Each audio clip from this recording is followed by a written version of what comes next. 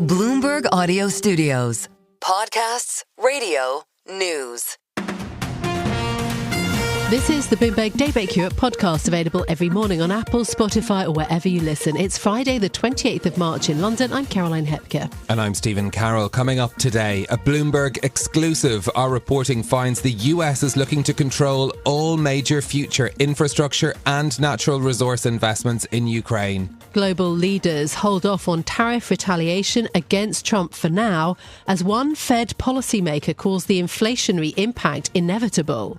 And a growing degree of debt. The funding crisis facing British universities is now worrying the banks, who've lent them billions. Let's start with a roundup of our top stories. The United States is seeking a deal which would give it control over major future infrastructure and mineral investments in Ukraine. The agreement would potentially include a veto over any role for other Ukrainian allies, undermining the country's bid for EU membership. According to a draft of the document seen by Bloomberg, President Trump's administration has asked for the right of first offer on all investments in infrastructure and natural resources projects. But speaking yesterday from a summit of European support for Kyiv in Paris, President Zelensky made clear he wants Europe to be part of any peace process. Europe should be at the negotiation table about the end to the war. It's mandatory. There are no alternatives. It's our clear position. We don't view any alternatives. Ukraine's Volodymyr Zelensky there speaking through a translator. If accepted, the partnership agreement would represent an unprecedented expansion of US economic influence in Europe's largest country by area. Discussions are continuing between the two sides, and the final draft may contain revisions to the terms. That exclusive reporting comes as President Trump's decision to impose global auto tariffs of 25% further strained relations between America and its allies. France's President Emmanuel Macron has highlighted the risks of US economic and foreign policies becoming intertwined. At the moment, when we see the U.S. markets don't consider this a very good economic policy, at the moment when the President Trump asks the Europeans to step up militarily to ensure their own security, saying, do it yourselves, we won't pay for you, that's not the moment to impose tariffs.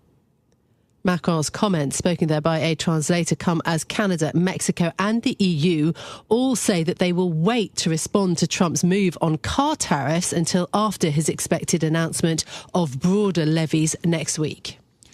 Boston Federal Reserve President Susan Collins says it looks inevitable that tariffs will boost inflation in the US, at least in the short term. Speaking at an event in Boston, she went on to say it's likely appropriate to keep interest rates steady for longer in the face of growing uncertainty. Looks inevitable that tariffs are going to increase inflation in the near term. And my kind of modal outlook would be that that could be short-lived with a continuation of some, disinflation, but further in the future than I might have expected before. Susan Collins' comments were echoed by Richmond Fed President Tom Barkin. He said that rapid policy changes by the Trump administration have created a sense of instability in the business community, which could, in his words, quiet demand. The global uncertainty caused by the US has seen European leaders asking if the euro might be a potential new reserve currency. Bloomberg has learned presidents, central bankers and finance ministers are considering the idea more seriously. Bloomberg's James Walcock has the story. 60% of the world's foreign reserves are in dollars and only 20% in euros. Size brings liquidity, influence and investment. So France's President Emmanuel Macron, ECB President Christine Lagarde and Eurogroup head Pascal Donohoe are among those wondering if Trump's chaos might be an opportunity to change that ratio. There are still major hurdles in this long-term vision. For one, the EU is still yet to agree a banking union. But our reporting suggests these figures at the helm of the euro are privately asking if the title of reserve currency is up for grabs and how they might position themselves to be next in line. In London, James Walcock, Bloomberg Radio. This week, the UK's Chancellor Rachel Reeves made a show of restoring her fiscal headroom back to its original level. She's already lost half of it. Reeves made cuts worth billions to welfare and spending to return her buffer to £9.9 billion. But Bloomberg Economics says market moves in recent weeks have already wiped out £5 billion of that fiscal breathing room.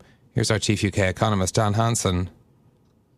If you set yourself a big buffer, then whether the OBR downgrades productivity forecast, Trump hits us with tariffs, you know you're safe. And you're not having to go after and constantly rebuild. And every fiscal event is just this obsession with the headroom. If you have a broader fiscal strategy where you've set yourself some money aside. Hanson adds the market moves since Reeves spoke have been positive for the UK, but data for the official forecast was collected last month. His calculation exposes the fragility of the government's fiscal plans, confirming warnings that market movements or a trade war could derail the UK's finances. Elon Musk says that he is planning to slash $1 trillion in US government spending by the end of May. Speaking to Fox News, Musk said that his Department of Government Efficiency can reach that amount within 130 days of the start of Donald Trump's second term. Our goal is to reduce the deficit by $1 trillion. From a nominal deficit of $2 trillion to try to cut the deficit in half to $1 trillion, or looked at it in total federal spending to drop the federal spending from $7 trillion to $6 trillion. Elon Musk outlining an ambitious goal which would require slashing more than half of the $1.8 trillion the US spent on non-defense discretionary programs last year. Figures from Musk's own team show that they are still far from that $1 trillion mark. The Doge website lists about $22 billion in contract savings. The cost-cutting efforts have faced a series of legal setbacks as judges have halted some of their cuts.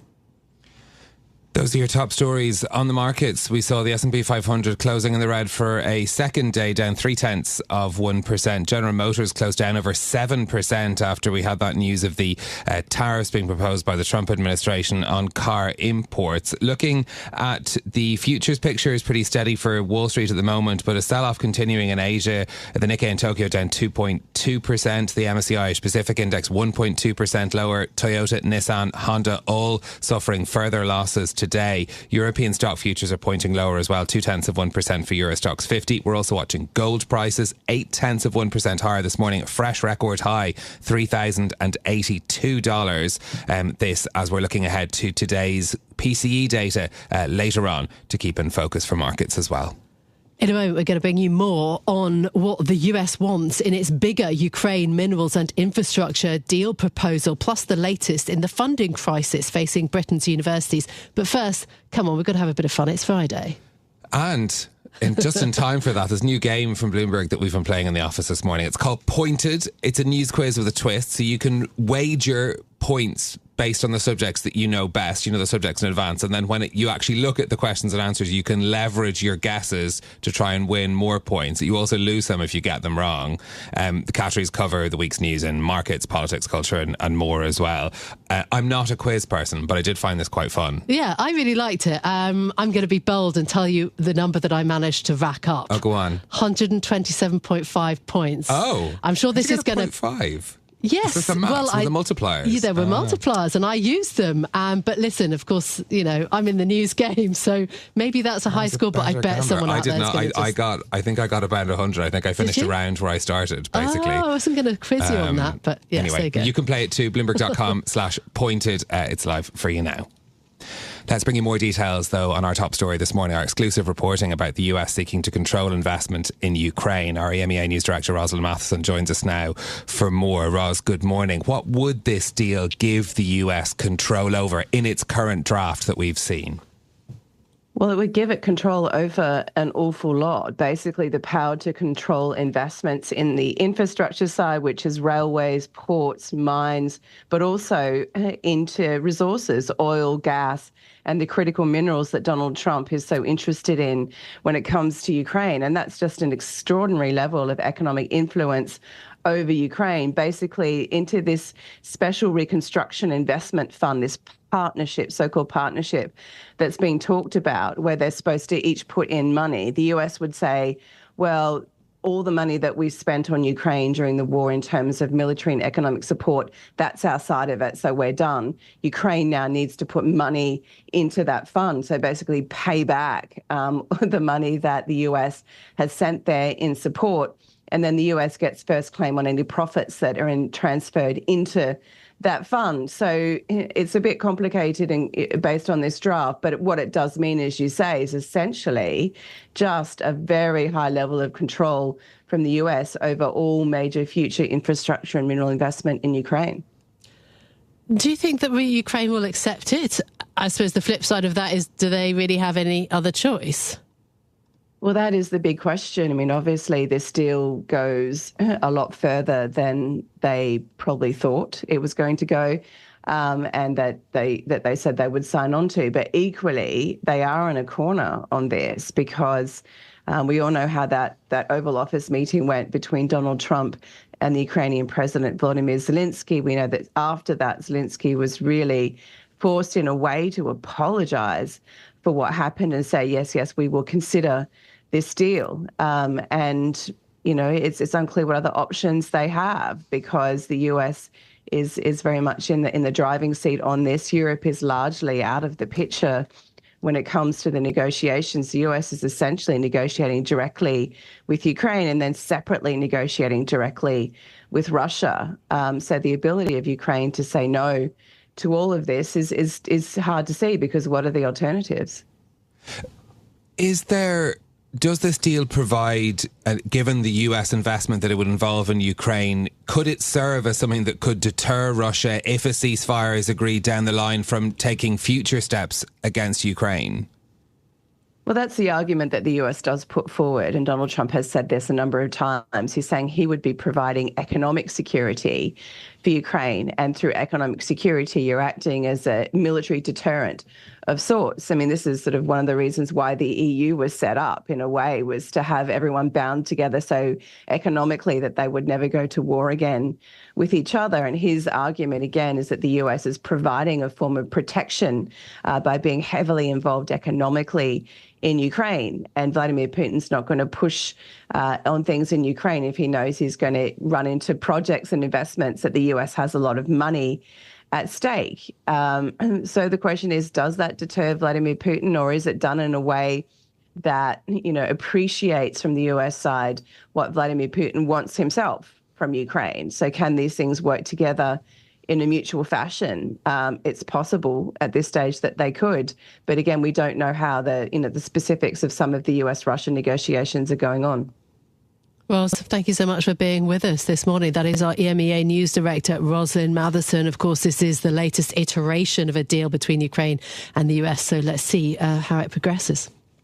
Now, the funding crisis facing many UK universities is now causing lenders concern as they face a struggle to recover the loans they provided to the industry. New Bloomberg analysis shows universities had a total of £9.5 billion in debt in the 2023 academic year, and around 1 in 10 institutions are having trouble repaying their loans. Our reporter Isabella Ward is here with us for more this morning.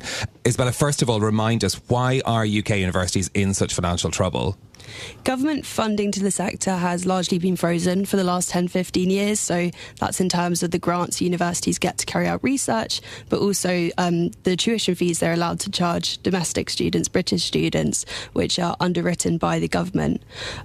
Meanwhile, running costs have gone up, driven by inflation, energy prices have soared, and this shortfall, it has been identified by universities for a while, but to close it, they would always rely on international students, so they can charge international students a lot more than they can British students.